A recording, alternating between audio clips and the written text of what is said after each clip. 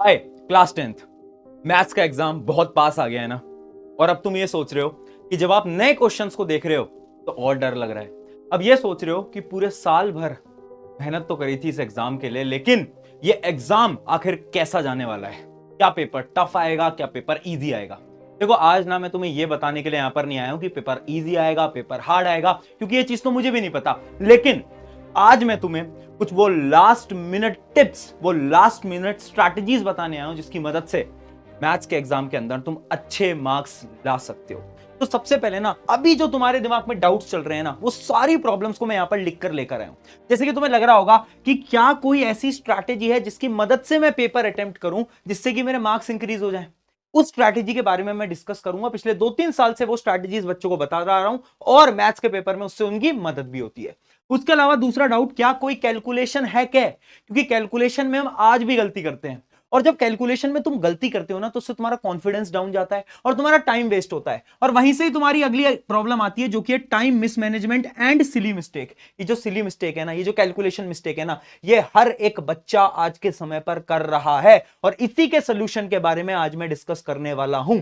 उसके अलावा paper presentation hack, क्या मैथ के अंदर भी पेपर प्रेजेंटेशन जरूरी होती है? तो मेरा आंसर है हां, बिल्कुल होती है, बिल्कुल होती है। और मैं बताऊंगा भी तुम्हें कैसे अटेम्प्ट करना है। एंड लास्ट, नए क्वेश्चन को देखकर आज भी भैया हम ब्लैंक हो जाते हैं, हमें समझ ही नहीं आता आखिर करें तो करें कैसे, उसका क्या सोल्यूशन है। ये सारी चीजों के बारे में डिटेल में डिस्कस करते हैं। लेकिन सारी चीजों से पहले यार देख, मुझे नहीं पता तुम्हारी प्रिपरेशन अभी तक कैसी हुई है, मुझे बिल्कुल नहीं पता। कुछ बच्चों की बहुत अच्छी होगी, कुछ की शायद कम अच्छी होगी, लेकिन मैं ये चाहता हूं कि तुम्हारे अंदर ना जो कॉन्फिडेंस है ना, वो 101% होना चाहिए।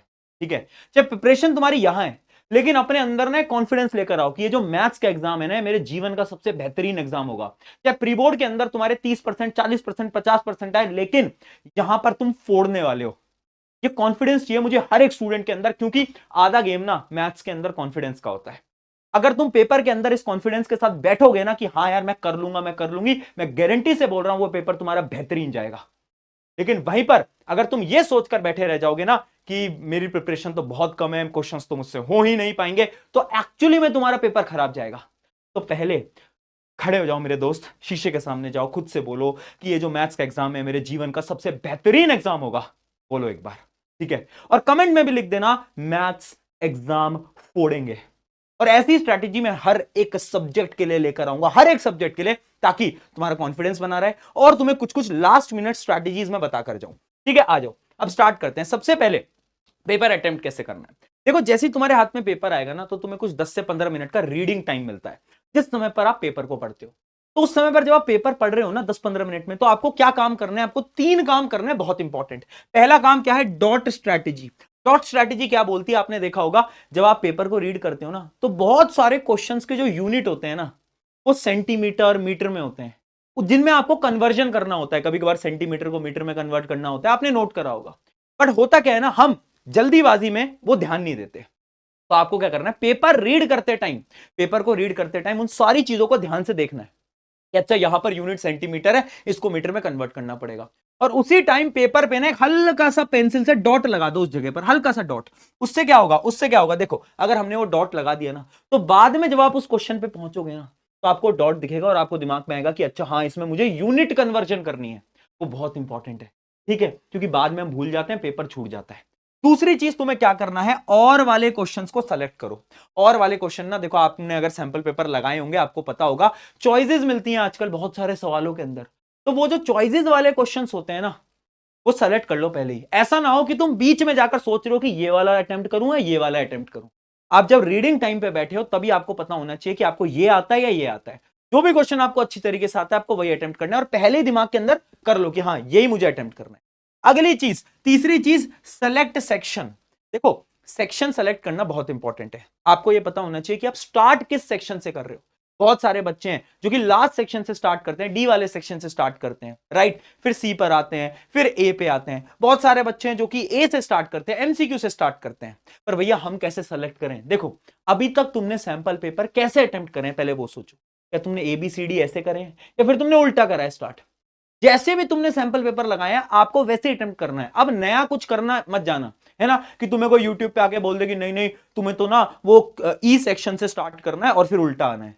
जो तुमने सैंपल पेपर में अटेम्प्ट करा है ना, तुम्हें वो करना है। और बाई चांस अगर तुमने सैंपल पेपर अभी तक लगाया नहीं है, तुम्हें पता ही नहीं है कि कैसे अटेम्प्ट करना है, मैं तुम्हें बताता हूं, पेपर रीड करना।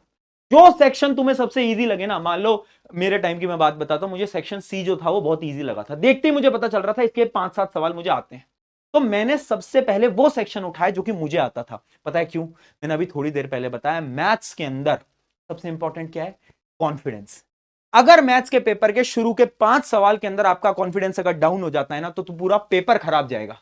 पिछले साल यही हुआ था बच्चों के साथ, एमसीक्यू से स्टार्ट करा, एमसीक्यू टफ आ गए, एमसीक्यू टफ आ गए तो भाई कॉन्फिडेंस गया, पूरा पेपर खराब हो गया। इसलिए ट्राई करना उस सेक्शन को पकड़ो जो कि तुम्हें पूरा आता है, तुम्हें लग रहा है कि हाँ यार ये तो मेरा स्ट्रॉन्ग है, इसमें तो वो 5-7 सवाल हैं जो कि मुझे आते हैं, ये मैंने करे हुए हैं। उन क्वेश्चंस को उठाओ और फटाफट से उस सेक्शन से स्टार्ट करो। ये बहुत इंपॉर्टेंट स्ट्रैटेजी है, क्योंकि अगर गलत सेक्शन उठाया, कॉन्फिडेंस डाउन जाएगा ही जाएगा। ठीक है, अब हमें पता चल गया हमें कौन से सेक्शन से सेलेक्ट करना है। चलिए आगे बढ़ते हैं। अब अगला पॉइंट आता है, क्या कोई कैलकुलेशन है क्या? भैया हमने कैलकुलेशन में बहुत गलती कर रहे हैं। देखो दो चीजें हैं। पहली चीज तो एक बहुत सिंपल स्ट्रैटेजी है, यहां पर लिखा भी हुआ है स्टे काम। मेरे भाइयों, मेरी बहनों, मेरे प्यारे प्यारे स्टूडेंट्स, मुझे पता है कैलकुलेशन की गलतियां होती हैं। एग्जाम से पहले ना थोड़ी देर ना शांत दिमाग से मेडिटेशन करके जाना, बस 2 मिनट के लिए, 2 मिनट के लिए आंखों को बंद करना और थोड़ा सा ध्यान लगाना।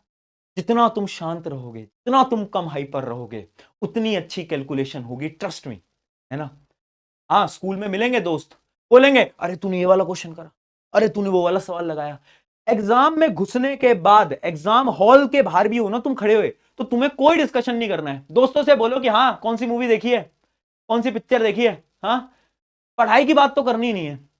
ऐसा ना हो जाए कि कोई तुम्हें आकर ये बोल दे कि यार ये वाला क्वेश्चन तो बहुत इंपॉर्टेंट है, तूने तो सॉल्व ही नहीं करा। ये मत करना।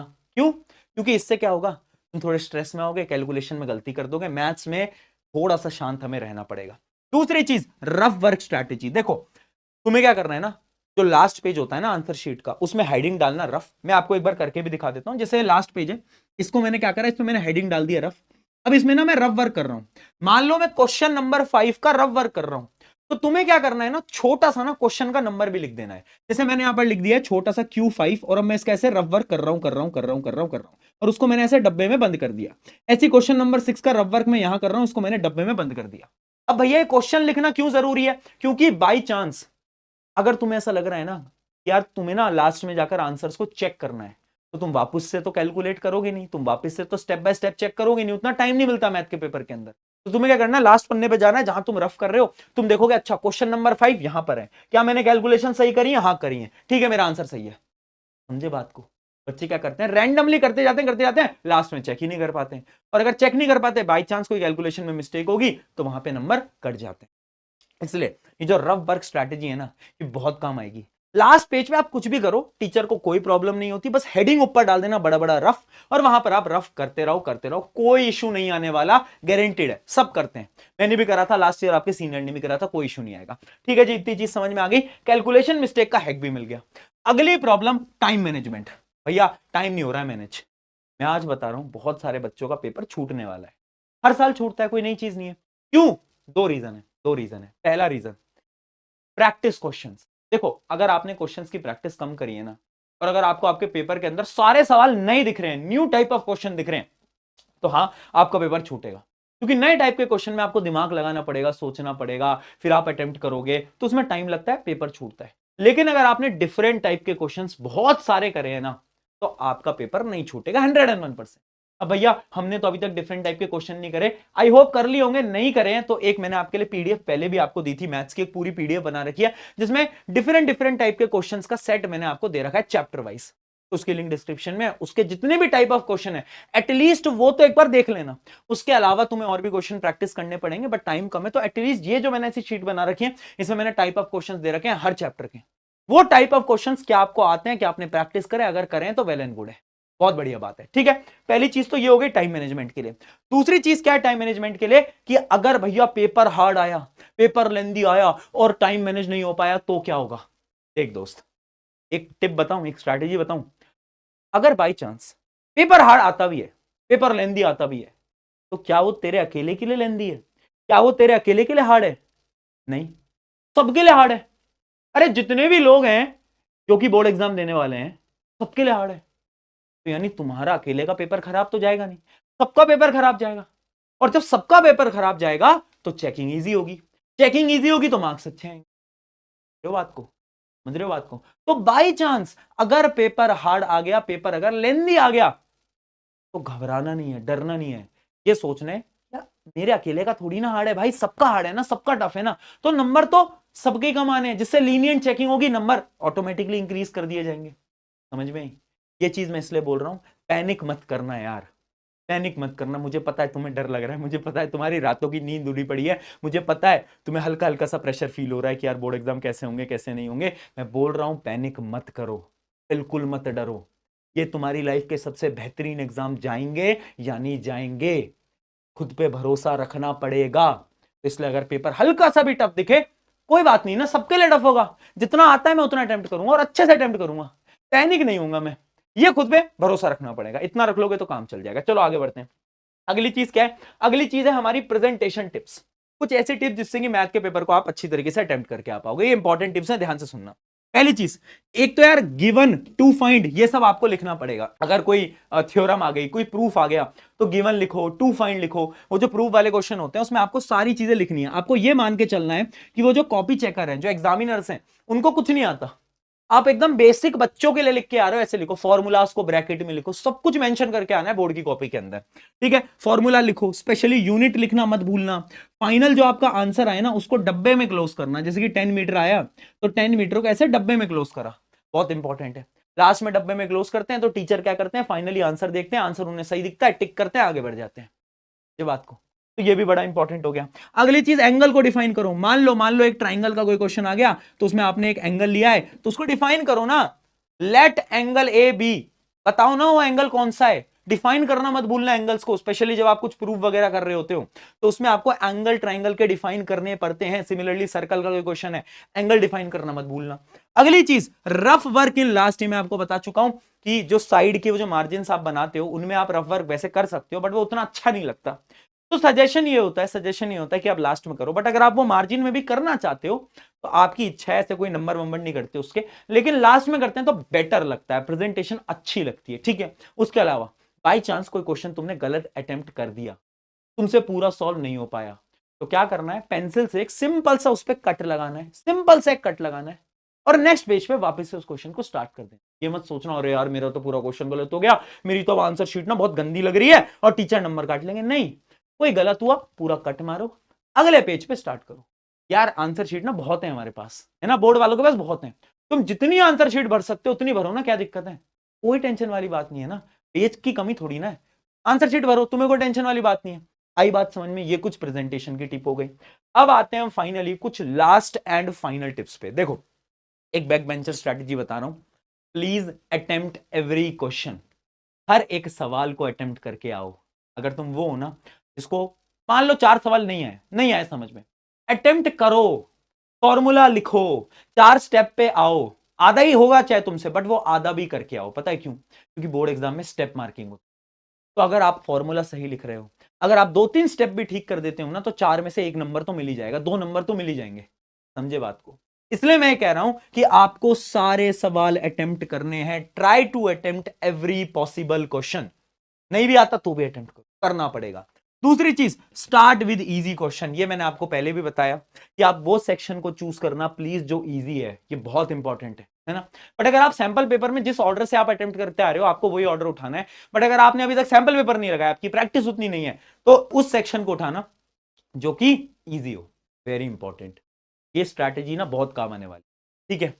एंड यार मुझे पता है थोड़ा थोड़ा डर लग रहा है, थोड़ा थोड़ा धक धक हो रहा है, लग रहा है पेपर कैसा जाएगा या नहीं जाएगा। मैं फिर यहां पर तुम्हारे सामने बोलना चाहता हूं कि this exam will be best exam of your life. ठीक है, टेंशन मत लो, घबराओ मत, हो जाएगा यार। तुम याद करो पिछले कुछ दिनों में कितनी मेहनत करी है ना तुमने एफर्ट लगाया, मुझे पता है, और ये बात तुम्हें भी पता है। ठीक है, कोई टेंशन वाली बात नहीं है। मैथ्स का एग्जाम फोड़ो जाकर यार, ठीक है। उसके बाद इंग्लिश का पेपर है, उसमें भी ऐसी स्ट्रैटेजी लाऊंगा, और साइंस में तो आना ही तुम्हें यहां पर है। साइंस की तो पूरी गारंटी मैं लेकर आऊंगा, साइंस में तुम्हें सब कुछ डिटेल में समझाऊंगा। साइंस की टेंशन मत लो, वहां पर तुम्हारे प्रशांत भैया तुम्हारे साथ खड़े रहेंगे। जितना भी गैप है अपने पास 3 दिन, उन 3 दिन में पूरा साइंस हम करेंगे, उसकी टेंशन नहीं है। लेकिन अभी जाओ मैथ्स का एग्जाम दो, मुझे पता है वो बेहतरीन। ऑन दिस नोट कमेंट कर देना, मैथ्स फोड़ेंगे। All the best for your first board exam. Take care.